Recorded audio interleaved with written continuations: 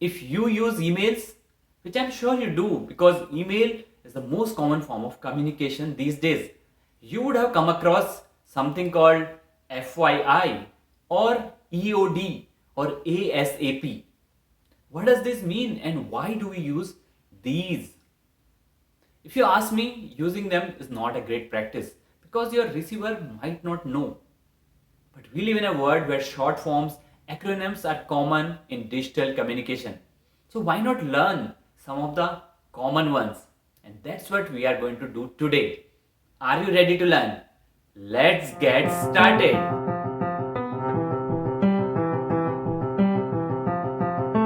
Welcome to Grow with Girija, where we learn about public speaking, communication, and life. My manager once sent me an email, the subject of which started with NNTO. I was thoroughly confused, and Google came to my rescue as always. NNTO stands for No Need to Open, which means everything which is there in this email is in the subject of the email. There is nothing in the body. Interesting way of saying, but I did not know it. It is like a short message in email. This is one of the many such short forms we use in emails. Let's talk about some other ones. Let us start with the most common one, FYI. It stands for your information. When there is a communication which you are not part of and you now are being made aware of because you need to know, that's when you will receive that email with somebody mentioning on top of the email while forwarding you FYI. And there is FYR, which is for your reference. It's similar to FYI, just that this email might have more documentation or attachment as well. And finally, FYA, which is for your action. FYI, FYR, you don't need to really do anything. But here in FYA specifically it means that you are supposed to take an action. The next category is related to time. And the first one in that category is EOD. EOD stands for end of the day. If you receive an email which says do something by EOD or send some information by EOD, that means on that day. And there is COB, close of business day, which means something needs to be done by the end of the business hours. And in that respect, EOD is different because it is left to your interpretation by what time. Actually, you have time until 11:59 p.m. of that day. And that is why I don't use EOD for that reason. Because it doesn't give the recipient clear information by when it is expected on that day.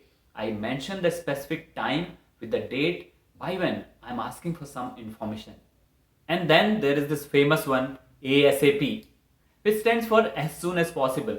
Actually, I find it funny because ASAP is used when you want something really urgent, whereas when you tell to the receiver of that email that as soon as possible, it means they have a choice whenever it is possible, and that might be never. There are so many short forms which are used in emails. I just spoke about the ones which are common and I have come across. Have you come across some other such short forms? Write it in the comments and tell the meaning of that short form. Hey, did I tell you about PS short form, which stands for postscript? It has an interesting background history. It used to be used when handwritten letters were common. Once somebody has written a letter, to add some information, especially a small but important one, you have to modify the whole letter, which is not ideal. That's when PS came into picture. At the end of the letter, you can just add some information. And the same idea got transported to email as well. Which if you think about it, technically it doesn't serve any purpose. Because you can always modify the email before sending it. So why do you need postscript at the end? But PS is used for effect. You can add something specific at the end of the email using PS, which will add to the message of your email.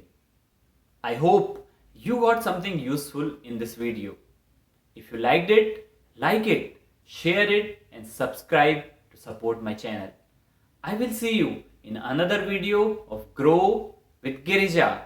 Till then, keep learning, keep practicing, and keep growing because change is inevitable, but growth is optional.